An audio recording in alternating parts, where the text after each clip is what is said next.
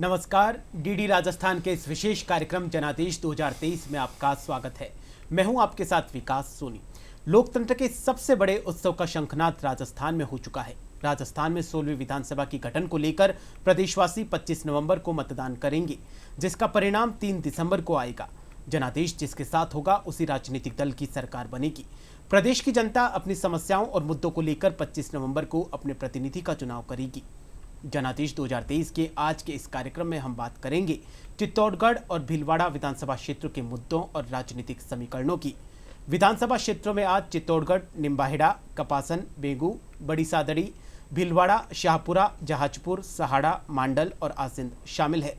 इन क्षेत्रों के मुद्दों और राजनीतिक समीकरणों पर बातचीत करने के लिए स्टूडियो में हमारे साथ मौजूद है वरिष्ठ पत्रकार रोहित कुमार सोनी जी। इससे पहले चर्चा को शुरू करें, आइए देखते हैं चित्तौड़गढ़ के विधानसभा क्षेत्रों की ये खास रिपोर्ट। आज जनादेश में चर्चा करेंगे कपासन, बेंगू, चित्तौड़गढ़, निम्बाहेड़ा और बड़ी सादड़ी विधानसभा क्षेत्रों की। सबसे पहले बात करते हैं कपासन विधानसभा सीट की। यह एससी आरक्षित सीट है। इस क्षेत्र में कुल 2,69,655 मतदाता हैं, जिनमें 1,34,864 पुरुष, 1,34,788 महिला और 3 ट्रांसजेंडर शामिल हैं। इस बार कपासन से कांग्रेस ने शंकर लाल बैरवा और भाजपा ने अर्जुन लाल जीनगर को प्रत्याशी घोषित किया है। 2018 के चुनाव में भाजपा के अर्जुन लाल जीनगर ने कांग्रेस के आनंदी लाल को हराया था, जिसमें भाजपा को 42, कांग्रेस को 38% वोट मिले थे। बेंगू विधानसभा क्षेत्र में कुल 2,79,483 मतदाता हैं, जिनमें 1,42,453 पुरुष, 1,37,023 महिला और 7 ट्रांसजेंडर मतदाता हैं। इस सीट पर भाजपा ने सुरेश धाकड़ और कांग्रेस ने राजेंद्र सिंह विधोड़ी को प्रत्याशी बनाया है। पिछले विधानसभा चुनाव में कांग्रेस के राजेंद्र विधोड़ी ने भाजपा के सुरेश धाकड़ को हराया था, जिसमें कांग्रेस को 46, भाजपा को 45% वोट मिले थे।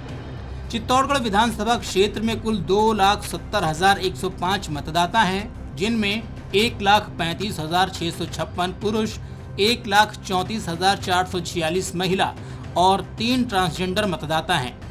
इस सीट पर भाजपा ने नरपत सिंह राजवी व कांग्रेस ने सुरेंद्र जाड़ावत को मैदान में उतारा है। 2018 में भारतीय जनता पार्टी से चंद्रभान सिंह ने कांग्रेस के सुरेंद्र सिंह जाड़ावत को हराया था, जिसमें भाजपा को 53 और कांग्रेस को 41% वोट मिले थे।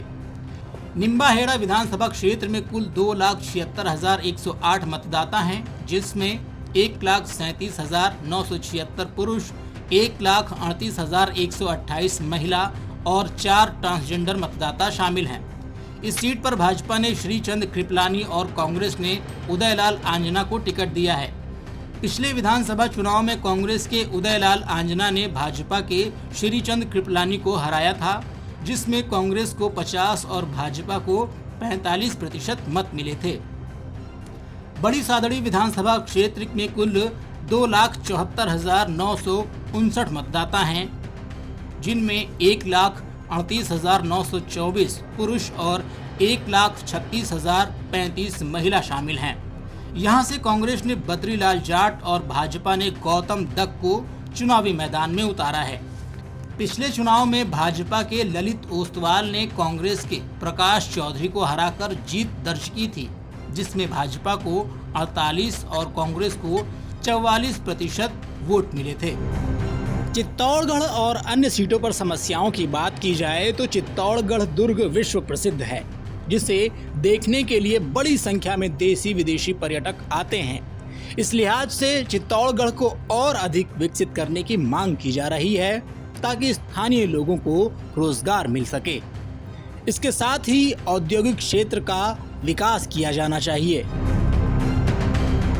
प्रमुख मुद्दा ये रहे कि शांतिपूर्ण माहौल रहे, देश की प्रगति हो, हम आसानी से घूम फिर सकें और विकास हो, सड़कें वगैरह जो अच्छी बने, करप्शन नहीं हो बिल्कुल। मैं इन मुद्दों पर चाहूँगा कि मैं वोट दूं और उसके लिए अच्छा उम्मीदवार होगा उसको वोट देना मेरी तरफ से रहेगा।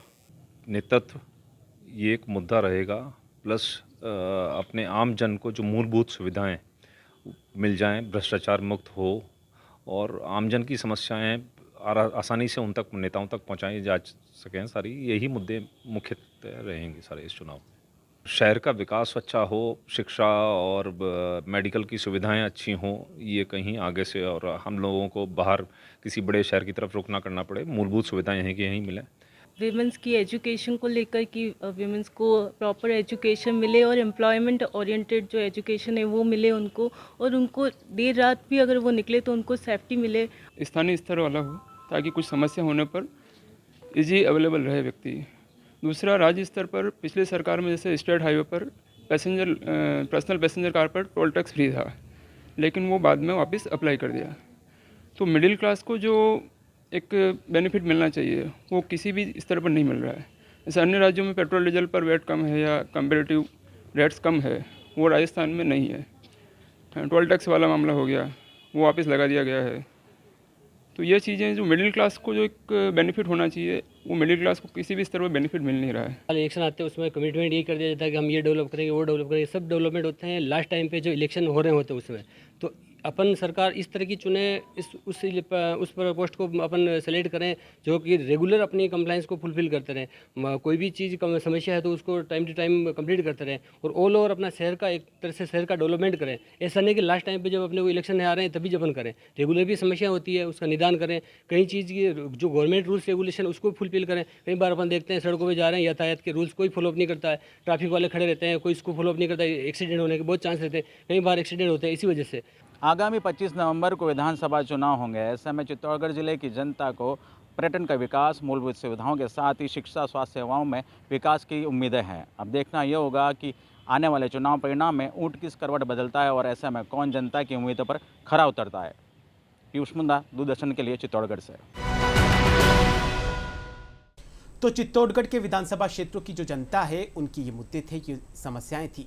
इन्हीं मुद्दों और समस्याओं और राजनीतिक समीकरणों पर बातचीत करने के लिए स्टूडियो में आज हमारे साथ बेहद खास मेहमान मौजूद हैं। आप हैं वरिष्ठ पत्रकार रोहित कुमार सोनी जी। सर, सबसे पहले तो आपका इस प्रोग्राम में बहुत बहुत स्वागत है। धन्यवाद जी। चलिए चर्चा को शुरू करते हैं। सबसे पहले सर हम आपसे ये समझना चाहेंगे, चित्तौड़ का जो अस्तित्व है वो राजस्थान के लिहाज से कितना कुछ महत्वपूर्ण है? चित्तौड़ राजस्थान के इतिहास को अगर हम देखेंगे तो आपको विकास जी देखना पड़ेगा कि इतिहास इसका इतना बड़ा रिच रहा है कि पूरी दुनिया में इसके इतिहास को लेकर पढ़ा जाता है, इसके इतिहास को, और इसके इतिहास को जानने के लिए लोग यहाँ आते भी हैं दुनिया भर से। यूनेस्को में भी जो है यूनेस्को है उसमें भी विश्व विरासत के रूप में चित्तौड़ को शामिल किया है। राजनीतिक रूप से भी अगर इसकी पृष्ठभूमि देखेंगे तो हर बार चित्तौड़ एक ऐसा ज़िला है जहाँ से एक राजस्थान को बड़ा महत्वपूर्ण मंत्री मिलता है। जैसे पिछली बार अगर आप जाएंगे तो राजस्थान के यूडीएच मंत्री थे श्रीचंद कृपलानी जी। इस बार राजस्थान के सहकारिता मंत्री हैं उदयलाल आंजना जी, जो वर्तमान में भी प्रत्याशी हैं कांग्रेस के निम्बाहेड़ा से। तो इस तरह से अगर आप चित्तौड़ को देखेंगे तो भारतीय जनता पार्टी के प्रदेश अध्यक्ष भी वहीं से बिल्कुल राजस्थान में जो अगर बीजेपी के परिदृश्य से भी देखेंगे तो जो राजस्थान के प्रदेश अध्यक्ष हैं बीजेपी के, वो चित्तौड़गढ़ से सांसद भी हैं और राजस्थान के प्रदेश अध्यक्ष भी हैं। तो इस लिहाज से बीजेपी और कांग्रेस दोनों के हिसाब से अगर देखेंगे हम तो चित्तौड़गढ़ जिला एक बड़ा राजनीतिक केंद्र रहा है। जी बिल्कुल, चित्तौड़गढ़ राजनीतिक केंद्र रहा है। राजस्थान की आन बान और शान का प्रतीक रहा है चित्तौड़। लेकिन वहाँ की जनता से जब बात करी तो सबसे बड़ी जो समस्या है वहाँ पर है कि जो ऐतिहासिक धरोहर है उनका संरक्षण की सबसे बड़ी समस्या है। दूसरा, वहाँ पर पर्यटन सर्किट को लेकर हर चुनाव में वादा किया जाता है, लेकिन सिर्फ और सिर्फ ये वादा बनकर रह जाता है। बिल्कुल आपकी बात सही है विकास जी, ये वहाँ चुनाव में भी बड़ा मुद्दा है। और आप देखिए राजस्थान में यूनेस्को में जिसको विश्व विरासत के रूप में शामिल किया है चित्तौड़ को, तो चित्तौड़ किलों को एक अपनी अलग पहचान है, इतिहास है। आप देखिए चित्तौड़ में जो है वो जो किला है वहाँ का, उसकी विरासत इतनी बड़ी है। कभी मेवाड़ की ये एक राजधानी हुआ करता था चित्तौड़, और वहाँ पे यूनेस्को में शामिल होने के बावजूद सरकारों ने उतना काम नहीं किया है जितना कि चित्तौड़ में होना चाहिए था। किले को विकसित करने के लिए टूरिज्म के रूप में वहाँ पे एक अच्छा सा सर्किट बनाया जा सकता है। धार्मिक और ऐतिहासिक दोनों सर्किट को मिला के एक कॉम्बिनेशन करके एक अच्छा सर्किट जो बना सकते हैं, ताकि दुनिया भर के लोग वहाँ आएँ। होटल व्यवसाय भी विकसित होगा, रोजगार भी मिलेगा लोगों को, लेकिन इस पर अभी काम होना काफ़ी बाकी है। चुनाव में ये मुद्दा भी है। पर्यटन सर्किट की मांग लगातार हर चुनाव में जोर पकड़ती है, लेकिन होता कुछ नहीं। जी, बिल्कुल सही है आपकी बात, क्योंकि तो राजस्थान में जो सरकारें आती है उनका ज़्यादातर टूरिज्म में ध्यान जो रहता है जयपुर, उदयपुर, जोधपुर, जैसलमेर यहीं रहता है। हमें और भी बहुत सारे ऐसे पर्यटन स्थल विकसित करने की ज़रूरत है। वो हमारी ऐतिहासिक जो धरोहर है उनको हम अगर अच्छे से उनका डेवलपमेंट करेंगे, उनका जीर्णोद्धार करेंगे, तो राजस्थान में पर्यटन को काफ़ी बढ़ावा मिल सकता है। क्योंकि राजस्थान में जो भी पर्यटक आता है और वो राजस्थान की ऐतिहासिक धरोहरों से रूबरू होना चाहता है, तो उसका सबसे पहला प्रयास यही रहता है कि चित्तौड़गढ़, मेवाड़ के क्षेत्रों का घूमने के लिए ज़रूर जाता है। जी जी, बिल्कुल सही है आपकी बात। अब अभी चित्तौड़ अगर जाएंगे तो एक वहाँ पे हमें कनेक्टिविटी अच्छी से होनी चाहिए। वहाँ पे हमें जो है वो एयर कनेक्टिविटी हो, रेलवे कनेक्टिविटी हो, और बाय रोड भी हालांकि कनेक्टिविटी बढ़ी है, लेकिन फिर भी इसमें और काफ़ी काम की ज़रूरत है। वहाँ के युवाओं का कहना है कि हमें यहाँ रोज़गार के अवसर नहीं मिलते हैं, इसलिए हमें यहाँ से पलायन भी करना पड़ता है। अगर इस तरीके से जो पर्यटकों का जो बन जाए तो रोज़गार के भी काफ़ी नए अवसर खुलेंगे। बिल्कुल, रोज़गार के काफ़ी अवसर मिलेंगे पर्यटन से। जो है जिस तरह से देखेंगे आप, जयपुर में देखेंगे या जोधपुर में देखेंगे, उदयपुर में देखेंगे, तो पूरा जो उद्योग है वो पर्यटन पे टिका है। रोजगार के अवसर, पर्यटन को भी उद्योग का दर्जा भी देती है। बिल्कुल, पर्यटन को भी उद्योग का दर्जा दिया है। काफ़ी रियायतें जो है सरकारें दे रही है, लेकिन उसको एक प्रमोट करने की आवश्यकता है, जो सरकारें अभी उस तरह से चित्तौड़ को नहीं कर पा रही है जितना कि उसका ऐतिहासिक विरासत रही है। जी, इसी ऐतिहासिक विरासत की नगरी में सीवरेज की समस्या लगातार बनी हुई है। जनता का कहना है कि सीवरेज की समस्या का समाधान नहीं हो रहा है। सीवरेज बिछाने के लिए सड़कों को खोद कर रखा गया है। बिल्कुल सही है आपकी बात। ये समस्या वहाँ चित्तौड़ की लोकल तो है ही। विकास जी, आपको जिला मुख्यालय की हम बात कर रहे हैं। बिल्कुल, वहाँ पे ये सीवरेज को लेके इस तरह की समस्या, एक प्लान बनना चाहिए कि आप सीवरेज की लाइनों को बदल रहे हैं तो बदलने से पहले उस कोऑर्डिनेशन होना चाहिए डिपार्टमेंटों का, चाहे वो आपकी लोकल बॉडी हो जैसे जो सड़कों का निर्माण करती है, या फिर जो है वो बिजली की जो कंपनीज को काम दिया है उस तरह की जो एजेंसियां हैं, उनमें आपस में कोऑर्डिनेशन होना चाहिए ताकि सड़क खुदे तो उसका एक साथ सारा काम हो। सीवरेज का भी काम हो, उसमें पानी की पाइपलाइन डालने का भी काम हो, और सड़क निर्माण का भी हो। क्योंकि एक काम पूरा होता नहीं है, दूसरा और बिखेर दिया। बिल्कुल, उससे क्या होता है, सरकार के राजस्व का नुकसान भी होता है।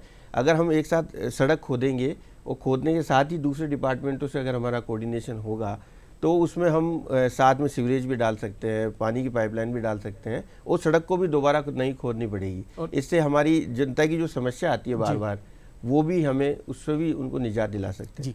चित्तौड़ की जो भूमि है, कृषि योग्य भूमि है, वहाँ पर अफीम की खेती होती है, डोडा पोस्त की खेती होती है, लेकिन वहाँ के किसानों की भी अपनी एक अलग समस्याएं हैं। बिल्कुल, वहाँ समस्याएं हैं।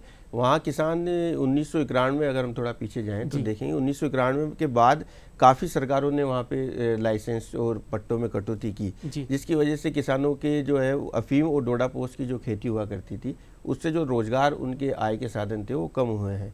हालांकि इसके पीछे सरकार का भी अपना तर्क है कि जिस तरह से वहाँ पे अफीम और डोडा पोस्त की खेती हुआ करती है, तो उसी के साथ वहाँ पे आशंकाएं तस्करी की भी रहती है, तो ऐसे में वहाँ पे लाइसेंस की कटौती की गई। अभी लगभग 25,000 पट्टे हैं वहाँ पे, लाइसेंस हैं अगर अपन कहें, लेकिन किसानों के इन पट्टों में कटौती होने से वो लगातार किसान आंदोलित रहे हैं। तो हमें ऐसी कोई व्यवस्था करनी चाहिए कि तस्करी को भी रोक सकें और साथ में किसानों की आय बढ़ाने के लिए उन्हें लाइसेंस किसान भी अपना जो परंपरागत काम है उससे जुड़े हुए रह सकें। बिल्कुल सही है आपकी बात। इससे किसानों की आय भी, जो राज्य सरकार हो चाहे केंद्र सरकार हो, दोनों की रहती है कि उनकी आय दोगुनी की जाए, बढ़ाई जाए। काफ़ी मेडिकल यूज में काफ़ी रहता है। बिल्कुल बिल्कुल, अफीम और डोडा पोस्त का काफ़ी दवाइयों में काम आता है, खासकर न्यूरोलॉजिस्ट जो होते हैं, न्यूरोलॉजी से जुड़ी हुई जो बीमारियां होती है, उन बीमारियों में काफ़ी इसका महत्वपूर्ण जब इतनी अच्छी भूमि मिली है तो उसका उसी तरीके से यूटिलाइज भी होना चाहिए। बिल्कुल सही है आपकी बात। तो लाइसेंस बढ़ाने के साथ ही हमें इस तरह के भी सरकार को पुख्ता इंतजाम करने की आवश्यकता है कि वहाँ पे तस्करी ना हो, डोडा पोस्त की, अफीम का गलत उपयोग ना हो, उसका सदुपयोग हो, दवाइयों को लेके हो चाहे अन्य किसी काम में हो, लेकिन उसका सदुपयोग होना चाहिए। मध्य प्रदेश से उनकी चित्तौड़गढ़ की सीमा लगती है, तो क्या आपको लगता है कि तस्करी की वारदातें दूसरे राज्य से लगने के कारण भी वहाँ पर कुछ घटती बढ़ती? बिल्कुल, इसमें तो कोई दो राय नहीं है कि मध्य प्रदेश की सीमा क्योंकि चित्तौड़ से अड़ती हुई है जी। तो उससे सटी हुई होने के कारण जो है वहाँ से तस्करी होके बाहर अफीम और इसका डोडा चूरा जाने की वो संभावनाएं रहती है, आशंकाएं रहती है। तो उस पर भी जो है थोड़ा सख्ती से सरकार को पेट्रोलिंग की आवश्यकता है। और कुछ लोग कालाबाजारी भी कर रहे हैं इन चीज़ों की। बिल्कुल, कालाबाजारी भी होती है। हमारी जो सेंट्रल गवर्नमेंट की एजेंसी है, नारकोटिक्स डिपार्टमेंट है, वो कार्रवाई भी करता है, लेकिन सरकार को दोनों हित देखने पड़ते हैं। एक तो उसका सदुपयोग हो जी, किसानों की आय बढ़े, जी। और तीसरा उसकी तस्करी को किस तरह से रोका जाए जी। तो इसके लेके एक सरकार को अच्छी सी एक स्ट्रेटेजी बनानी चाहिए जी। मेरा मानना है। तो किसानों के भी जो आंदोलन चल रहा है उसको भी हम उस आंदोलन को भी किसानों की मांगों को भी पूरा कर सकें जी। और सरकार तस्करी भी रोक सके। जी, एक सबसे बड़ी समस्या पेयजल की है। चित्तौड़ में पानी पर्याप्त मात्रा में है, नदियाँ भी हैं, लेकिन उसके बावजूद वहाँ पे पेयजल की समस्या लगातार बनी हुई है और ये चुनाव में मुद्दा भी रहता है। जी बिल्कुल सही है आपकी बात। वहाँ पे चित्तौड़ की जो किला है जी। उसके शुरुआती दौर से ही चित्तौड़ में बेड़म नदी, गंभीरी नदी, बेड़च और गंभीरी, बिल्कुल बेड़च और गंभीरी नदी रही हैं और वो हमेशा पानी से लबालब भी रही हैं। अभी भी अगर आप जाएंगे तो वहाँ काफ़ी पानी है, लेकिन ज़रूरत है उस पानी का सप्लाई किस तरह से हम बेहतर तरीके से कर सकें। जी। उसके लिए हालांकि राजस्थान सरकार ने भी काम किया है, पाइपलाइनें बिछ रही है चित्तौड़ में पानी के लिए, जो है वो किस तरह से घरों तक पानी पहुंचाया जाए। हालांकि चंबल से भी चित्तौड़ में पानी के लिए काम चल रहा है। तो बेगू के वहाँ बेगू जो जगह है, विधानसभा क्षेत्र है, वहाँ से एक पानी का पाइपलाइन चंबल से पानी लिफ्ट करके पंपिंग स्टेशन बना के उसको चित्तौड़ लाने की प्रोजेक्ट पे काम चल रहा है। ये योजनाएं और ये प्रोजेक्ट तो कभी से चल रहे हैं, पूरे कब होंगे? जी बिल्कुल, ये जनता का सबसे बड़ा मुद्दा है कि पूरे कब होंगे। बिल्कुल, इसमें काफ़ी सारी समस्याएं आती है विकास जी। मैं बताऊं आपको, जनता तो चाहती है कि पानी आए, लेकिन सरकार की भी समस्याएं हैं। कई योजना ऐसी होती है जिनमें सेंट्रल गवर्नमेंट से भी फंड आता है, स्टेट गवर्नमेंट का भी फंड होता है। कई बार जो है वो काम में कई सरकारी ऐसी पेचीदगियाँ होती हैं जिसकी वजह से काम रुक जाता है, और लाल फीताशाही तो है ही। जल जीवन मिशन को लेकर भी है, उसके तहत भी जो पर्याप्त मात्रा में जो पानी के कनेक्शन होने चाहिए थे वो नहीं हुए अभी तक। बिल्कुल सही है आपकी बात। राज्य सरकार क्रियान्वयन नहीं कर पा रही है, सेंटर से तो पूरा फंड मिल रहा है। बिल्कुल, राजस्थान सरकार, सेंट्रल गवर्नमेंट ने अभी तकरीबन जल जीवन मिशन में राजस्थान में करीब 30,000 करोड़ रुपए राजस्थान को दिए हैं अपने हिस्से के। लेकिन राजस्थान सरकार जब से अशोक गहलोत सरकार बनी है तब से सरकार की लगातार मांग रही है कि राजस्थान को भी हिमाचल और उत्तराखंड जैसे जो स्टेट हैं उनकी तरह से रेशो में पैसा दिया जाए। वहाँ पे भौगोलिक परिस्थितियाँ मिल भी रहा है राजस्थान को। बिल्कुल मिल रहा है। अभी राजस्थान सरकार की, मैं उसी पे बताना चाह रहा था कि राजस्थान सरकार की मांग है कि हिमाचल और दूसरे जो भौगोलिक परिस्थितियाँ जहाँ विषम है उन स्टेट्स के समान यहाँ पे भी जो दोनों सेंट्रल गवर्नमेंट और स्टेट का जो रेशो है फंड का, वो 90 और 10% होना चाहिए। 90% सेंट्रल गवर्नमेंट दे, 10% राजस्थान सरकार दे। लेकिन अभी राजस्थान को 50% का हिस्सेदारी है इसमें। तो उसका भी बेहतर क्रियान्वयन जो होना चाहिए वो राज्य सरकार नहीं कर पा रही है। बिल्कुल, उसको लेके भी आपकी बात सही है कि जल जीवन मिशन को लेके उतना काम राजस्थान में नहीं हो पाया है जितना दूसरी स्टेट्स में हुआ है। हालांकि राजस्थान सरकार का दावा है कि तकरीबन 40 लाख नए कनेक्शंस और दिए हैं जल जीवन मिशन में, लेकिन अभी इस पर काफ़ी काम धरातल पर बहुत कम है। भौगोलिक परिस्थितियां भी राजस्थान की ऐसी नहीं रही है जैसी दूसरे स्टेट्स की है। जैसे अगर आप पश्चिमी राजस्थान में जाएंगे तो वहाँ पे हमारे छितराए हुए आबादी इलाके हैं, तो उसमें भौगोलिक परिस्थितियां जी बिल्कुल सही है आपकी बात। तो उसकी वजह से भी थोड़ी समस्याएं पैदा होती है। चित्तौड़गढ़ का सीमेंट उद्योग भी विश्व प्रसिद्ध है, लेकिन सीमेंट उद्योग में जो कारीगर काम करते हैं उनका भी कहना है कि हमें यहाँ प्रॉपर मेडिकल जो फैसिलिटी वगैरह जो सरकार की तरफ से होनी चाहिए वो नहीं मिल रही है। सिलिकोसिस के मरीज बढ़ते जा रहे हैं। बिल्कुल सही है आपकी बात विकास जी। सिलिकोसिस की जो बीमारी है वो खासकर खान में काम करने वाले मजदूरों को हुआ करती है। सांस के संबंधी समस्या है, जानलेवा भी होती है। राजस्थान सरकार का हेल्थ डिपार्टमेंट भी इसको लेके काफ़ी काम कर रहा है। Central government national health mission में भी काफ़ी पैसा दे रही है इसको लेके, और इसी में खान विभाग के द्वारा भी डिस्ट्रिक्ट मिनरल फंड बनाए गए हैं पूरे राजस्थान में। तो जो खान से आय होती है सरकार की, उसका एक हिस्सा जो है वो उनके डेवलपमेंट पे फिर भी मरीजों को काफ़ी समस्याओं का सामना करना पड़ता है। जी बिल्कुल सही है, बिल्कुल सही है। उसमें हमें खान जो डिपार्टमेंट है वो काफ़ी प्रिकॉशन बरतने के लिए खान मालिकों को कहता है मास्क दिए जाएं उन्हें, प्रॉपर उनका जो है सफाई की व्यवस्था हो, लेकिन उतना कुछ ग्राउंड पे देखने को नहीं मिलता है। दूसरा, वहाँ के जो मजदूर हैं उनका कहना है, जो वहाँ की जनता, उनका भी यही कहना है कि चित्तौड़ का जो औद्योगिक विकास होना चाहिए उतना नहीं हुआ है और विकास की ज़रूरत है। बिल्कुल विकास जी, इसमें जिस तरह से आपने भी बताया ना कि राजस्थान से चित्तौड़ की सीमाओं से हटता हुआ मध्य प्रदेश है, वहाँ पे जो है एक बड़ा काफ़ी इंडस्ट्रियल डेवलप इलाका है नीमच। तो जब इंडस्ट्रिस्ट आते हैं तो वो एक इंडस्ट्रिस्ट को चाहिए होता है कि एक अच्छी कनेक्टिविटी मिले उसको, मूलभूत जो उसकी आवश्यकताएं हैं, पानी है, बिजली है, सड़क है, वो उसको प्रॉपर तरीके से मिले।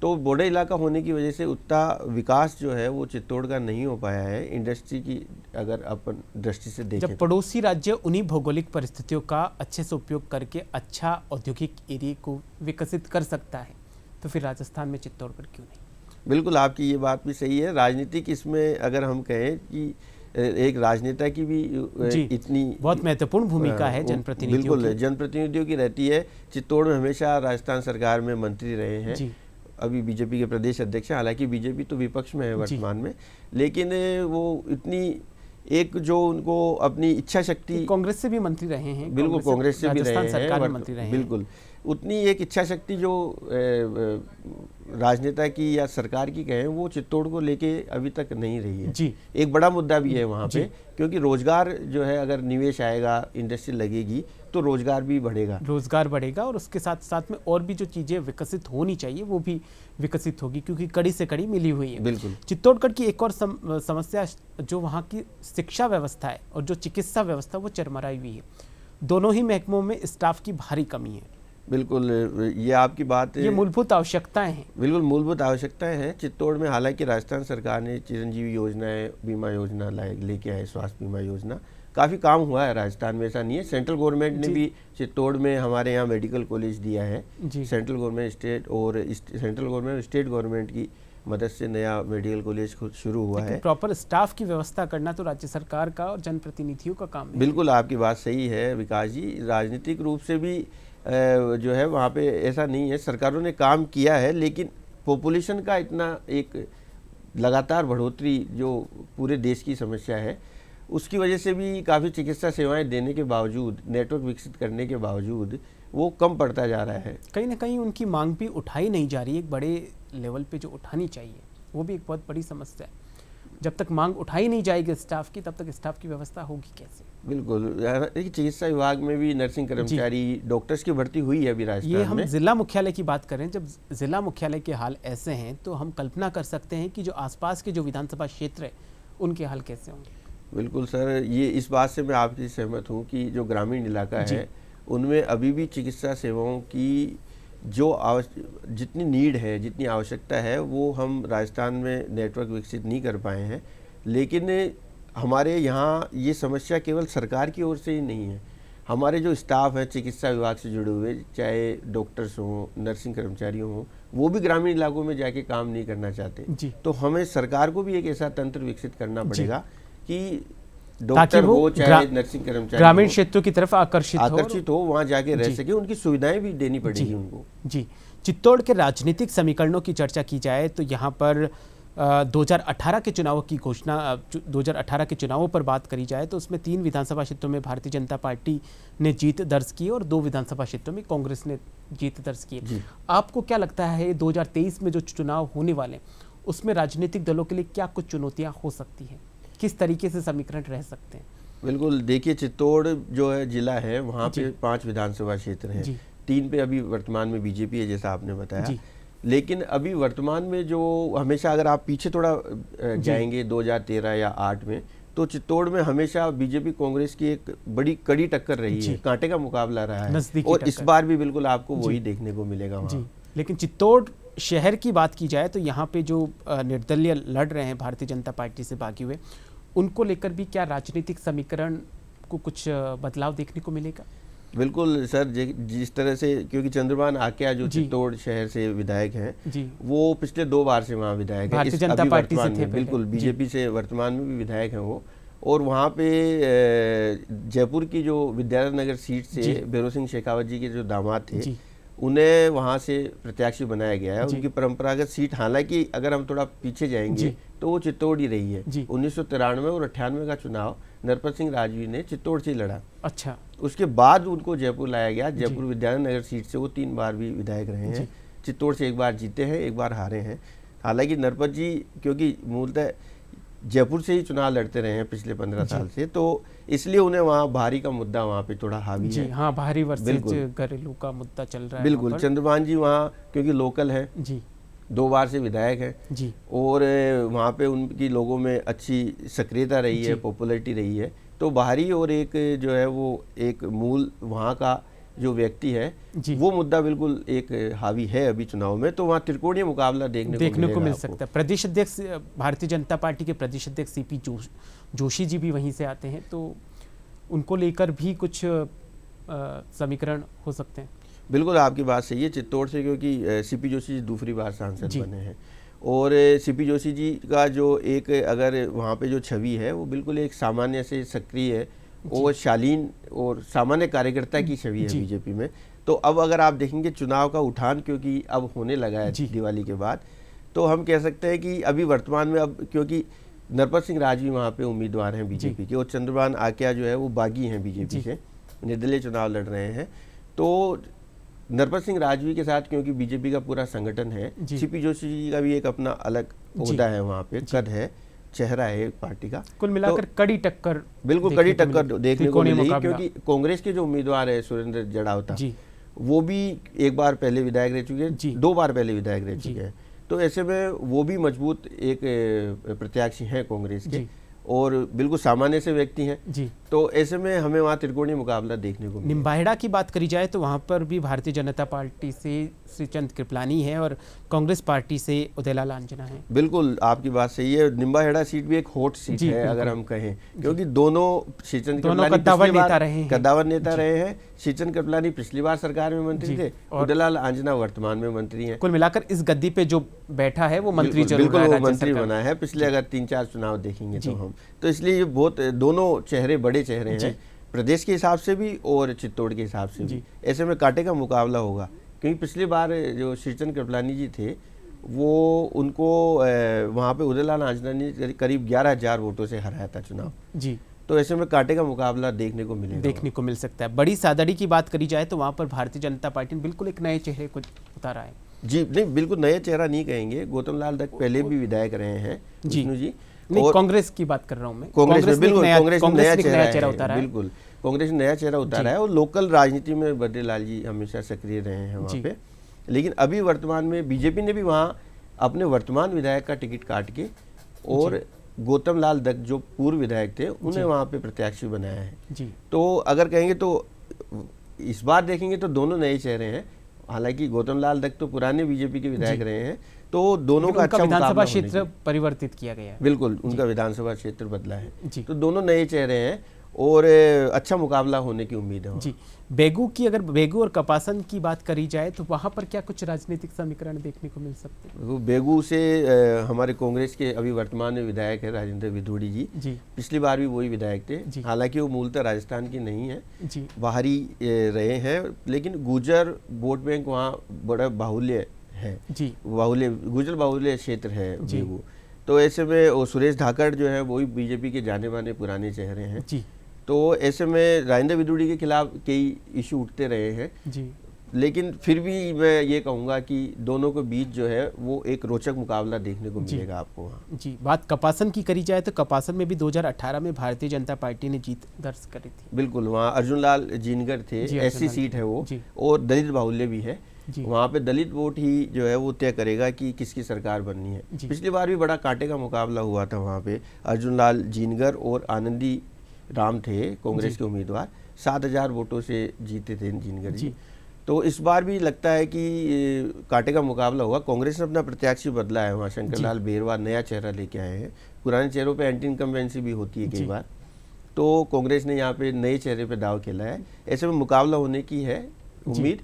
जीनगर जो है वो क्योंकि पुराने चेहरे हैं तो पुराने चेहरे विधायक होता है तो उसके खिलाफ काफ़ी एंटी इनकम्बेंसी होती भी है, तो जीनगर को भी जो है काफ़ी मेहनत करने की ज़रूरत है यहाँ पे। और शंकर लाल बेरवा क्योंकि नए चेहरे हैं तो उनसे लोगों को उनको अपनी जाके वो संपर्क और जुड़ाव की ज़रूरत है। कुल मिलाकर दोनों बड़ी पार्टियों का ही आपस में मुकाबला। क्या आपको लगता है कोई तीसरी पार्टी का भी यहाँ पे किसी भी विधानसभा क्षेत्र में कोई उनको कंपटीशन में है? नहीं विकास जी, यहाँ चित्तौड़ में 5 जो विधानसभा क्षेत्र है, इनमें इस तरह का न तो इतिहास रहा है और न वर्तमान में कोई बड़ी पार्टी ऐसी है, या कोई कहीं अपन तीसरा मोर्चा बसपा हो या अपने राष्ट्रीय एक RLP है, राष्ट्रीय लोकतांत्रिक पार्टी, तो उनका कोई यहाँ उम्मीदवार नहीं है। ऐसे में सीधी टक्कर यहाँ 5 सीटों पे बीजेपी और कांग्रेस में ही दिखाई दे रही है। जी, आपको क्या लगता है कि 5 सीटों पर जो टक्कर होने वाले उसमें कौन से मुद्दे मुख्य रूप से इनके सामने चुनौती के रूप में बनकर उभरेंगे? चुनौती के रूप में देखिए, हर बार राजनेता आता है, मूलभूत आवश्यकताएं हैं, राजनेता हर बार आते हैं, बहुत सारे दावे करके आते हैं। मुद्दे तो पानी, बिजली और सड़क जैसे सामान्य, चिकित्सा, शिक्षा सामान्य मुद्दे हैं। इसके अलावा अगर हम देखें चित्तौड़ में, तो चित्तौड़ का जो इंफ्रास्ट्रक्चर डेवलप होना चाहिए वो उस तरह से नहीं हो पाया है चित्तौड़ का। तो एक चित्तौड़ का इंफ्रास्ट्रक्चर डेवलपमेंट की एक बड़ी आवश्यकता है। राजनेता जा रहे हैं, वादे भी कर रहे हैं, लेकिन अब इन वादों को कितना ये इम्प्लीमेंट कर पाते हैं? वादे और मुद्दों के हिसाब से ही इतने सालों से चुनाव लड़े जा रहे हैं, अब वक्त है कि उन मुद्दों पर अमल किया जाए। बिल्कुल अमल किया जाए। और जनता भी पहले चुनाव जो हुआ करते थे विकास जी, इसमें जनता थोड़ी सी कम जागरूक थी। अब मेरा मानना है जनता ज़्यादा जागरूक हो गई है मुद्दों को लेके। राजनेता जो वादा करता है जनता में जाके, उनसे हिसाब मांगने याद रखती है, उसका हिसाब मांगती है। तो मुझे लगता है, उम्मीद है, अगर मतदाता अगर जागरूक होंगे तो राजनेता उतनी ही गंभीरता काम में दिखाएंगे अपने वादों को। दूसरी सबसे बड़ी बात, चित्तौड़ की सीमा जब मध्य प्रदेश से लगी हुई है और वहीं पर वहीं भौगोलिक परिस्थिति में अगर अच्छा काम हो रहा होता है तो बिल्कुल जनता ये सोचती भी है कि हमारे यहाँ नहीं हो रहा है, उधर हो रहा है। बिल्कुल सही है, बिल्कुल सही है आपकी बात। वो तुलनात्मक अध्ययन भी करती है। बिल्कुल तुलनात्मक अध्ययन भी करती है, रोजगार के लिए भी, क्योंकि उनका फिर आकर्षण दूसरे स्टेट की तरफ होता है जी। तो ऐसे में जनता ये भी सोचती है कि ये जो रोजगार हमें पड़ोसी राज्य में मिल रहा है, हमारे स्टेट में उस तरह का डेवलपमेंट क्यों नहीं हो रहा है जी। तो उसको लेके उनका जो कहें गुस्सा कहें या हम कहें वोट के रूप में जो उनकी ताकत है जी, वो फिर चुनाव में उसका असर देखने को मिलेगा। 3 दिसंबर को जब रिजल्ट आएगा तब चित्तौड़ की जनता किन मुद्दों और किन समस्याओं को ध्यान में रखकर वोट देती है, उसका रिजल्ट सबके सामने 3 दिसंबर को रहेगा। चलिए, चित्तौड़ के बाद में बात करते हैं भीलवाड़ा की। भीलवाड़ा के विधानसभा क्षेत्रों में जो जनता है उनकी क्या कुछ मुद्दे हैं, क्या कुछ समस्याएं हैं, उन्हीं को लेकर देखते हैं ये खास रिपोर्ट। जनादेश में आज हम बात करेंगे आसींद, मांडल, सहाड़ा, भीलवाड़ा, शाहपुरा, जहाजपुर और मांडलगढ़ विधानसभा क्षेत्र की। सबसे पहले बात करते हैं भीलवाड़ा विधानसभा क्षेत्र की। यहाँ 2,79,794 कुल मतदाता हैं, जिनमें 1,43,111 पुरुष और 1,36,672 महिला शामिल हैं। यहाँ 11 ट्रांसजेंडर मतदाता हैं। इस बार भाजपा ने विट्ठल शंकर अवस्थी और कांग्रेस ने ओम नारायणीवाल को टिकट दिया है। पिछले चुनाव में भाजपा के विट्ठल शंकर अवस्थी ने निर्दलीय प्रत्याशी ओम नारायणीवाल को हराया था, जिसमें भाजपा को 36, निर्दलीय उम्मीदवार को 25 और कांग्रेस को 11% मत मिले थे। आसींद विधानसभा क्षेत्र में 2,96,753 मतदाता हैं, जिनमें 1,49,102 पुरुष और 1,47,651 महिला मतदाता हैं। इस बार भाजपा ने जब्बर सिंह सांखला और कांग्रेस ने हगामी लाल मेवाड़ा को टिकट दिया है। पिछले विधानसभा चुनाव में भाजपा के जब्बर सिंह सांखला ने कांग्रेस के मनीष मेवाड़ा को हराया था। इसमें भाजपा को 35, कांग्रेस को 35 और आरएलपी को 21% वोट मिले थे। मांडल विधानसभा क्षेत्र में कुल मतदाताओं की संख्या 2,71,071 है, जिनमें 1,36,349 पुरुष, 1,34,721 महिला और 1 ट्रांसजेंडर मतदाता हैं। इस बार भाजपा ने उदयलाल भड़ाना और कांग्रेस ने रामलाल जाट को टिकट दिया है। पिछले विधानसभा चुनाव में कांग्रेस के रामलाल जाट ने भाजपा के कालूलाल गुर्जर को हराया था। पिछले चुनाव में कांग्रेस को 31 और भाजपा को 35% वोट मिले थे। जहाजपुर विधानसभा क्षेत्र में कुल 2,47,270 मतदाता हैं, जिनमें 1,26,151 पुरुष और 1,21,119 महिलाएं हैं। इस बार यहां से कांग्रेस ने धीरज गुर्जर और भाजपा ने गोपीचंद मीणा को टिकट दिया है। 2018 में भाजपा के गोपीचंद मीणा ने कांग्रेस के धीरज गुर्जर को हराया था, जिसमें भाजपा को 52, कांग्रेस को 44% वोट मिले थे। शाहपुरा विधानसभा क्षेत्र में कुल 2,52,749 मतदाता हैं, जिनमें 1,28,063 पुरुष, 1,24,685 महिला और 1 ट्रांसजेंडर मतदाता हैं। इस बार भाजपा ने लाला राम बैरवा और कांग्रेस ने नरेंद्र रैगर को टिकट दिया है। पिछले विधानसभा चुनाव में भाजपा के कैलाश मेघवाल ने कांग्रेस के राजकुमार बैरवा को हराया था।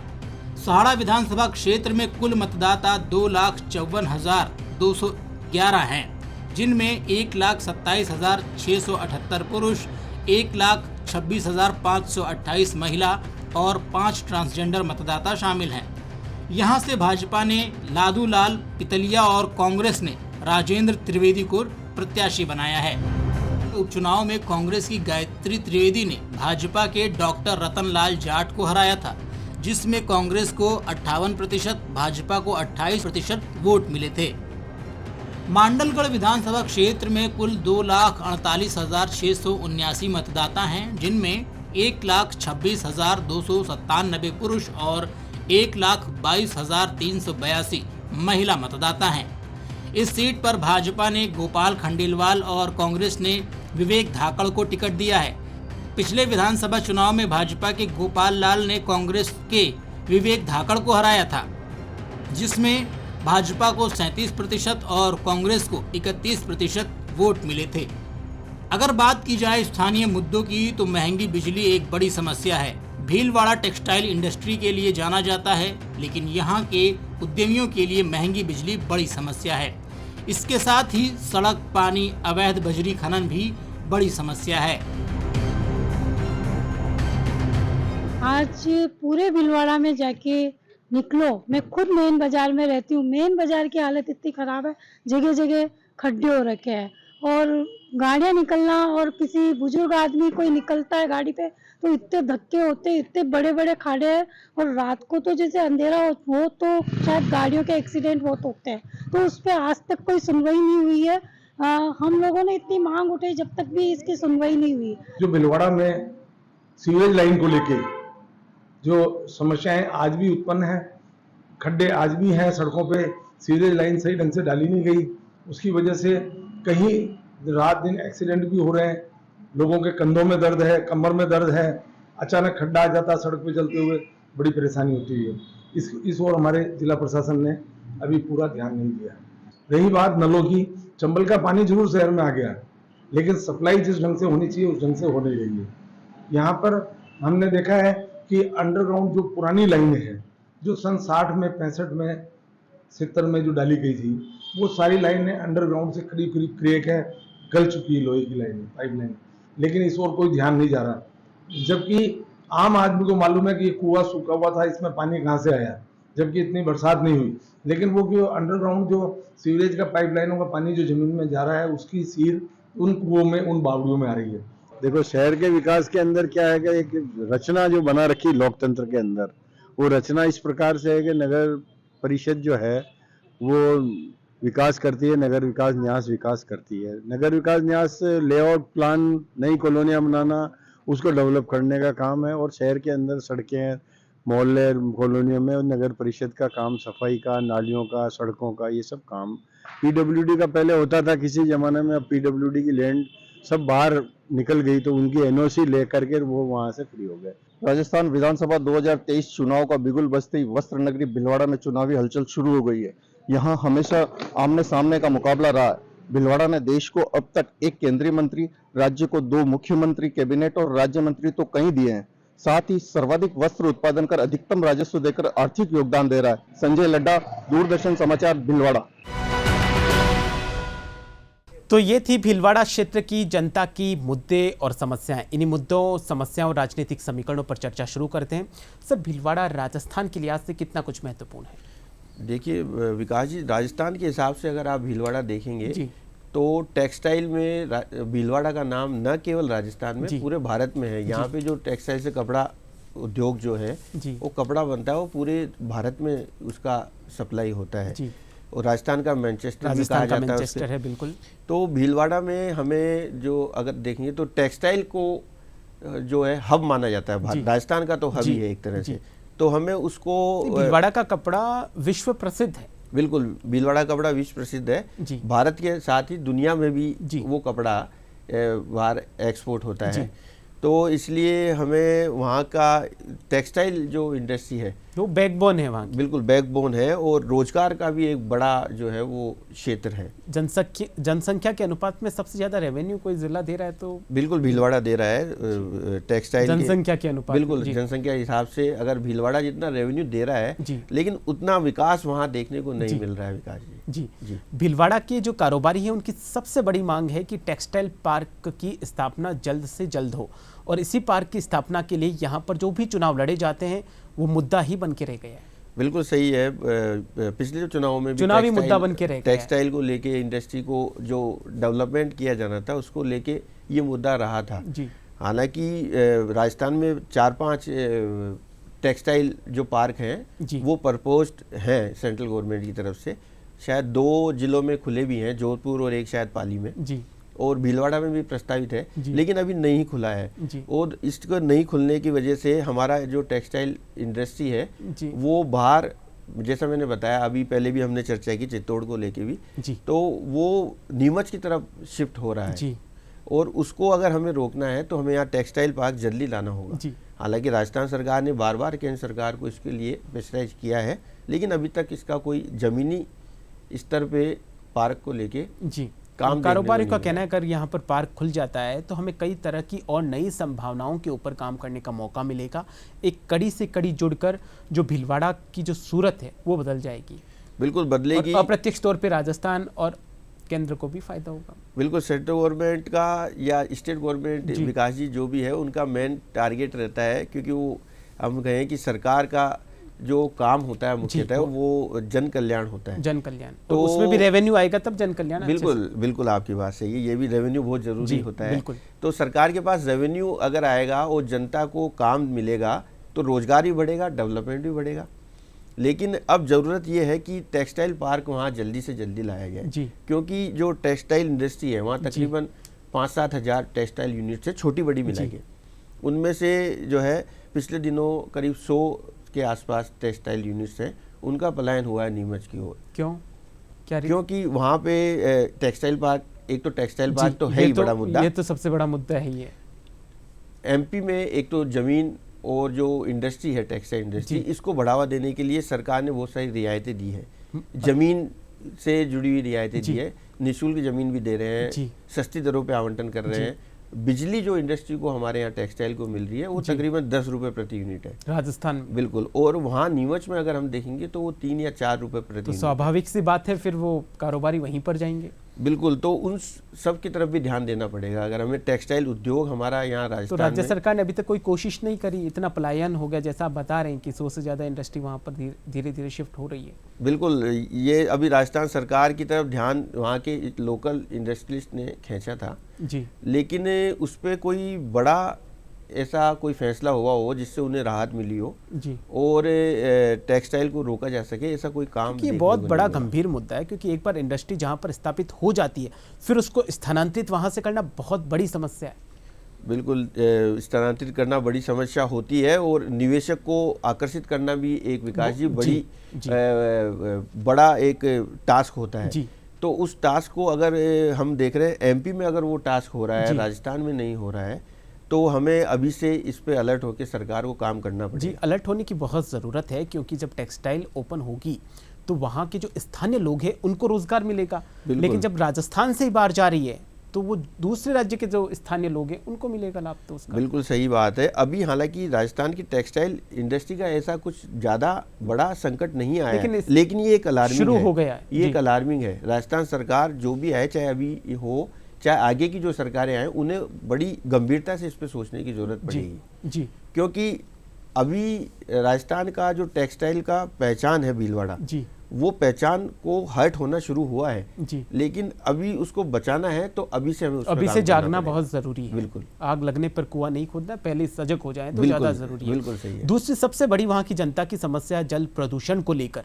जो टेक्सटाइल से जो गंदा पानी निकल रहा है वो न सिर्फ वहाँ के खेतों को बर्बाद कर रहा है बल्कि जो पीने का पानी है उसमें भी मिलावटी आ रही है। बिल्कुल सही है। इस तरह की समस्याएं राजस्थान में बहुत सारी इंडस्ट्री एरिया में रही है, पाली में लेकिन रही है। भीलवाड़ा में सबसे ज्यादा क्योंकि इंडस्ट्री जैसा आप बता रहे 7,000 के करीबन है। बिल्कुल। तो वहाँ पे जो इंडस्ट्री टेक्सटाइल है वहाँ एसटीपी प्लांट लगने की बड़ी आवश्यकता है। व्यापारियों की भी बड़ी मांग रही है कि यहाँ एसटीपी प्लांट लगाया जाए। स्थानीय लोग भी बड़े परेशान रहे हैं क्योंकि अगर आप प्रदूषित जो पानी है उससे अगर किसान खेती करेगा तो कई तरह की बीमारियां हमारे घरों तक हो रही है, सब्जियों के माध्यम से, खाने के जो खाद्यान्न है उनके माध्यम से हमारे तक पहुंच रही है जी। तो ये न केवल नुकसान पानी का हो रहा है, हमारे शरीर का भी हो रहा है जी। और दूसरी तरफ जो किसानी भूमि है वो बंजर हो रही है। बिल्कुल, क्योंकि टेक्सटाइल इंडस्ट्री में बहुत सारे ऐसे केमिकल काम में आते हैं जो ज़मीनों को ख़राब कर रहे हैं, बंजर कर रहे हैं जी। तो किसानों को भी आगे जाके बड़ा आर्थिक संकट झेलना पड़ सकता है जी।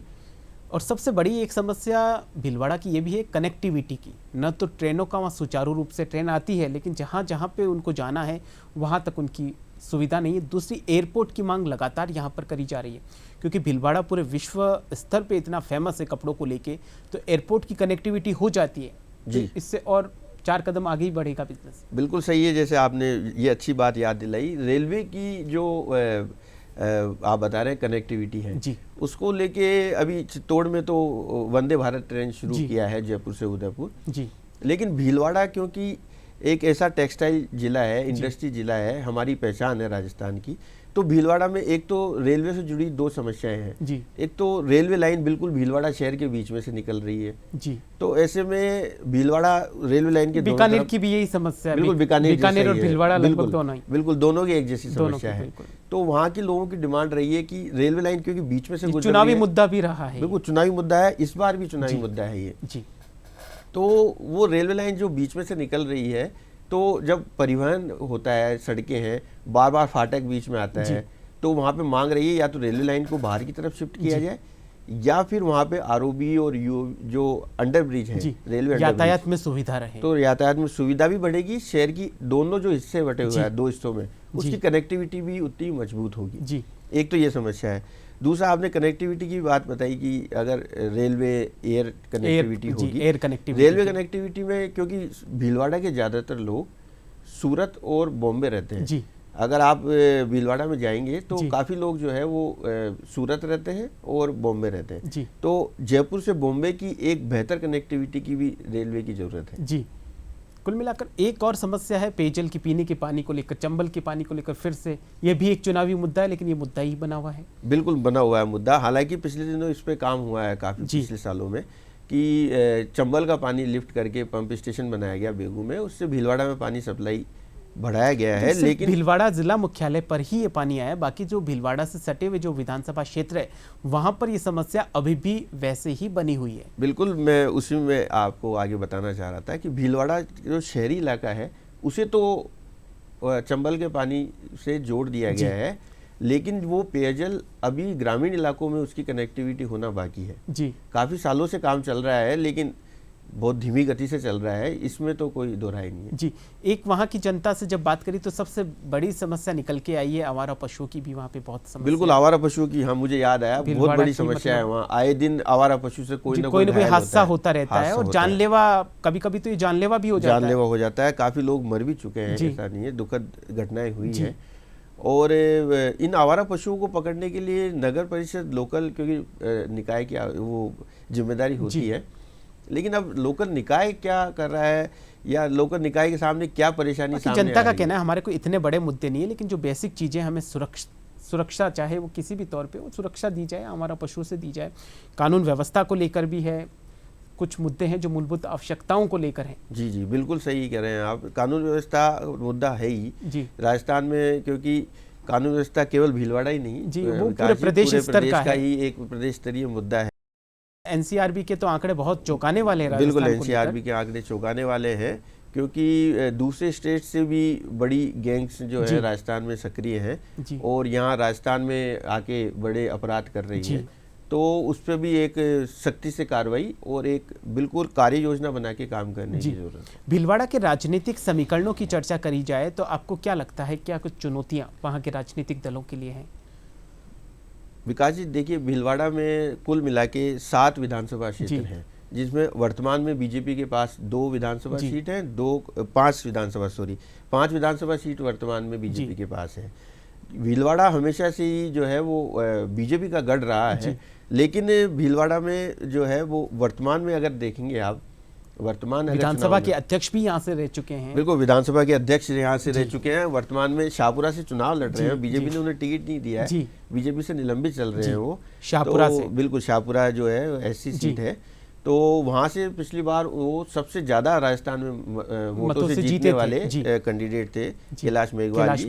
बिल्कुल, और दलित वर्ग में मेघवाल समाज जो है सबसे ज्यादा जो जनसंख्या है एससी वर्ग में वो मेघवालों की है। शाहपुरा में नहीं, पूरे राजस्थान। पूरे राजस्थान, ठीक है। और शाहपुरा में क्योंकि कैलाश मेघवाल जी दलित समाज का एक बड़ा चेहरा है, तो उनको टिकट नहीं दिया है और पार्टी से क्योंकि उनको निलंबित कर रखा है, तो वो निर्दलीय चुनाव मैदान में कूदे हैं। तो मतलब तो वहाँ पे भी त्रिकोणीय मुकाबला है। बिल्कुल बीजेपी का कैंडिडेट भी नया है, कांग्रेस ने भी एक नए चेहरे को उतारा है। तो कैलाश मेघवाल जी क्योंकि पुराने चेहरे हैं, मजबूत चेहरे हैं, तो इस तरह से क्योंकि लेकिन उनके पास कोई पार्टी संगठन का बैनर नहीं है, तो हम कह सकते हैं त्रिकोणीय मुकाबला होगा। भीलवाड़ा शहर की बात करी जाए तो आपको क्या लगता है वहाँ पर? भीलवाड़ा शहर में पिछली बार निर्दलीय को हराया था। बिल्कुल, पिछली बार जो है वहाँ पे बीजेपी के विट्ठल शंकर अवस्थी जो पिछले 3 बार से चुनाव जीते हैं, उससे पहले भी जो अभी वर्तमान में सांसद है भीलवाड़ा से, वो वहाँ से विधायक थे। विट्ठल शंकर अवस्थी जो है वो काफ़ी सक्रिय रहे हैं, संघ से आते हैं, लेकिन वर्तमान में वहाँ पे भी त्रिकोणीय मुकाबला दिख रहा है, क्योंकि विट्ठल शंकर अवस्थी के लिए बताते हैं कि संघ जो है इस बार किसी नए चेहरे को मौका देना चाहता था।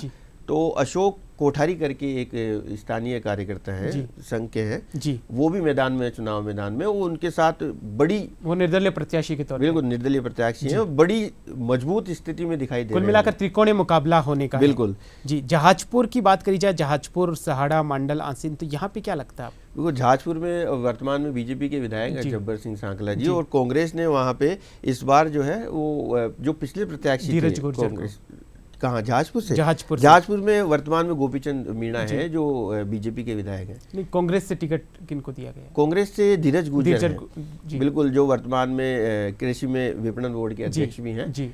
तो धीरज गुर्जर और गोपीचंद, पिछली बार धीरज गुर्जर चुनाव जीत के आए थे, इस बार गोपीचंद मीणा जीत के आए थे। दोनों पुराने चेहरे हैं क्षेत्र के, तो लगता है इस बार वापस दोनों के बीच में कांटे का मुकाबला होगा। मांडल और आसीन की बात करी जाए जी, अगर आसीन की बात करेंगे तो वर्तमान में बीजेपी के ही विधायक हैं वहाँ पे जब्बर सिंह सांकला, और पिछली बार कांग्रेस के वहाँ विधायक थे मनीष मेवाड़ा जी। तो मनीष मेवाड़ा पिछली बार उम्मीदवार थे, इस बार उनके पिताजी को टिकट दिया गया है कांग्रेस से, हंगामी लाल मेवाड़ा करके है, और एक आरएलपी के भी प्रत्याशी हैं धनराज गुर्जर जी, वो भी वहाँ पे लोकल बॉडी में प्रतिनिधि रहे हैं, तो वहाँ भी त्रिकोणीय मुकाबला देखने कुल मिलाकर जितने विधानसभा 6 के 6 विधानसभा क्षेत्र है उसमें अधिकांश पर त्रिकोणीय मुकाबला देखने को बिल्कुल 3 सीटें हैं वहाँ पे जिनपे त्रिकोणीय मुकाबला, एक भीलवाड़ा है, एक आसिंद है, एक सहाड़ा है।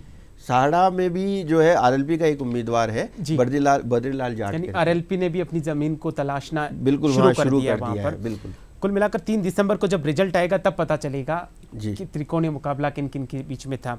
आप हमारे दर्शकों से मतदान के लिए क्या कुछ अपील करना चाहेंगे? विकास जी देखिए, मतदान, लोकतंत्र में मतदान का बड़ी अहमियत होती है, और जनता, क्योंकि जनता जनार्दन होती है लोकतंत्र में, लेकिन हमें ज़रूरत यह है कि मतदान हम ज़्यादा से ज़्यादा करें। जनता अपने मुद्दे उठाती है कि हमारे लिए सरकार ये करे, वो करे, इस तरह से काम हो, लेकिन जनता को भी चाहिए कि वो अपने प्रतिनिधियों को चुने, आगे आए उसके लिए, इसको एक त्यौहार की तरह ले जी।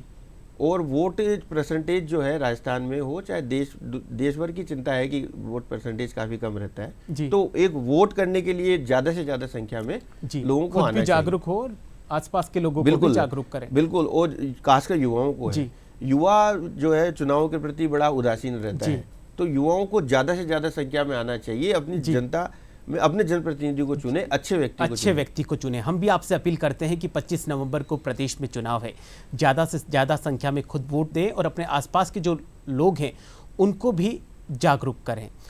आपका सर इस प्रोग्राम में आप पधारे, बहुत बहुत धन्यवाद। जनादेश 2023 के आज के इस प्रोग्राम में फिलहाल के लिए इतना ही। नमस्कार।